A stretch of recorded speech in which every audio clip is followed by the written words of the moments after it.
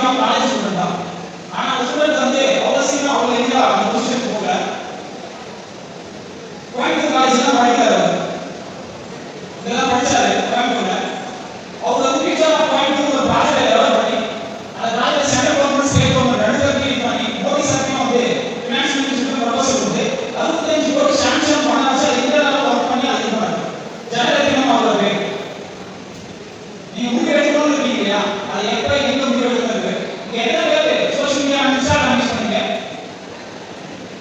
Type பண்ண யாருக்கு சொல்றாங்க? சரி, எவ்வளவு நேரம் யூஸ் பண்ணீங்க ஒரு நாளைக்கு?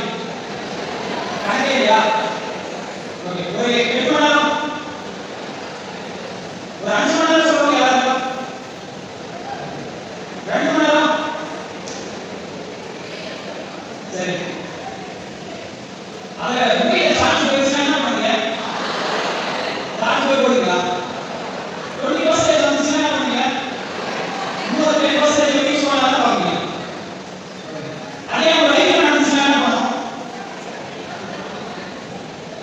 நீங்க எடுக்கக்கூடிய முடிவும் அந்த நேரத்தையும் அதே மாதிரி தான் 20% கரெக்டாக வெயிட் பண்ணாம அப்பவே நாளைக்கு நான் என்னவா ஆக போறேன்றத இன்னைக்கே முடிவு பண்ணுங்க.